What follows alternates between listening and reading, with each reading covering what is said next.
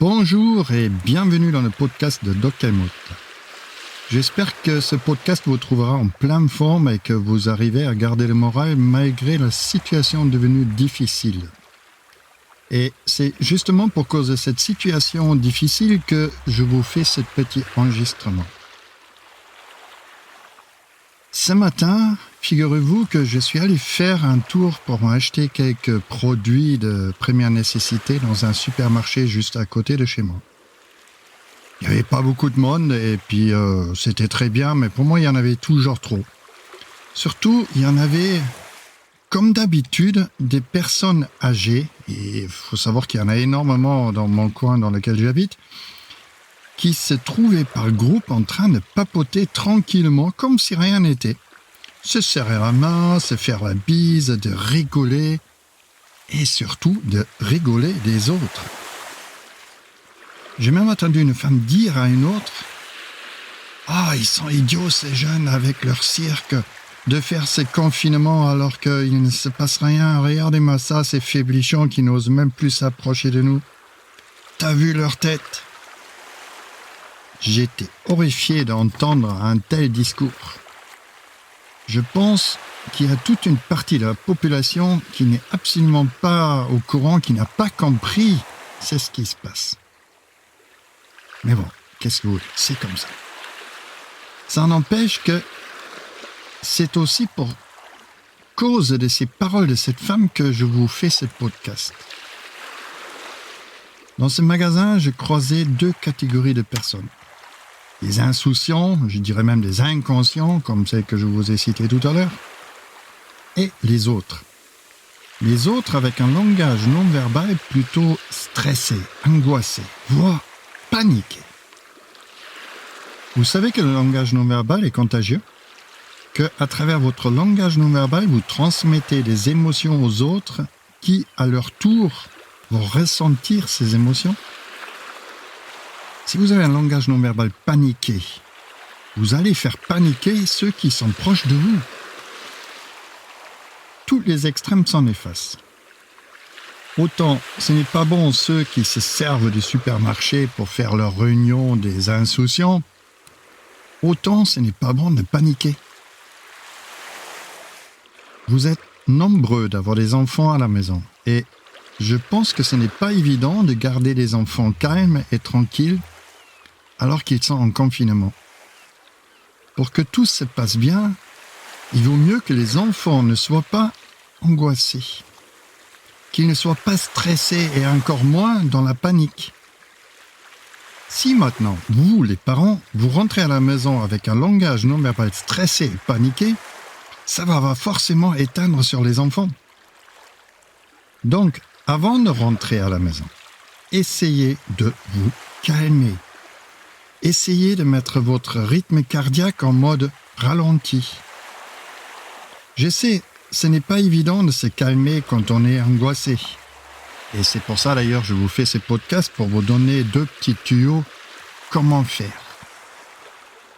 Vous savez que l'angoisse que vous ressentez est provoquée par vos pensées, par vos ruminations. Et un des astuces pour vous calmer, est de changer vos pensées. Essayez pendant quelques minutes de vous concentrer sur votre respiration. Essayez de respirer le plus calmement possible. Concentrez-vous bien là-dessus. Lentement, calmement. Se concentrer sur votre respiration va diminuer les sensations physiques émotionnelles et va vous éloigner temporairement au moins de vos ruminations. Vous savez que vos ruminations, vos imaginations peuvent s'inventer de très très belles histoires, mais aussi de très mauvaises. Et pour ne pas prendre le risque que les histoires soient pas belles, il faut s'éloigner de vos pensées d'urgence. Il faut, comme on dit, changer d'énergie. Donc si vous êtes trop stressé, trop angoissé, essayez de changer votre énergie en changeant par exemple le rythme de votre respiration. Concentrez-vous là-dessus, bien, pour respirer le plus calmement possible. Si ça marche pas, si ça suffit pas, faites un autre exercice, marchez. Marchez lentement et concentrez-vous à nouveau sur le contact avec vos pieds au sol. Concentrez-vous à bien poser les pieds bien à plat, du talon jusqu'aux orteils. Roulez votre pied au sol. Concentrez-vous là-dessus. Concentrez-vous sur le rythme de la marche à la limite de vous laisser bercer. Et ces marches, toujours dans le même but, changez vos pensées, changez votre énergie. Concentrez-vous là, comme ça, pendant 2-3 minutes, bien là-dessus, de marcher calmement, et vous verrez que le rythme de votre cœur va changer. Vous allez vous calmer. Et si ça ne marche pas, si vous n'arrivez toujours pas à calmer votre angoisse, ne serait-ce que temporairement, voici un autre tuyau encore. Essayez d'écouter battre votre cœur, parce que si votre cœur bat vraiment trop fort, si vous êtes vraiment stressé et angoissé, essayez de l'écouter battre. Mettez vos mains comme un couvercle quelque part sur vos oreilles et essayez d'écouter, d'entendre dans vos oreilles votre cœur battre. Ça y est, vous l'attendez, votre cœur?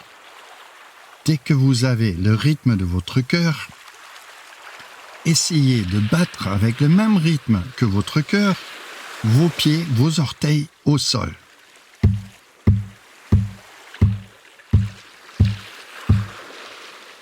Et quand votre rythme de votre pied est exactement au même rythme que votre cœur, concentrez-vous là-dessus de ralentir le rythme de votre pied.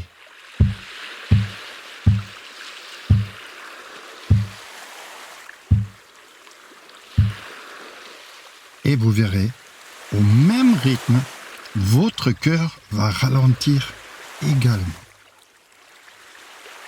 Voilà ces 3 petits conseils pour essayer de vous calmer un petit peu, pour rentrer à la maison un peu moins stressé, un peu moins agacé. Et j'espère que ces petits conseils vous ont aidé à rentrer à la maison avec un langage non verbal un peu plus calme pour ne pas contaminer vos enfants. Sur ce, je vous souhaite encore une bonne fin de journée. Tenez bon, passez le bonjour à vos enfants de ma part et surtout, restez chez vous.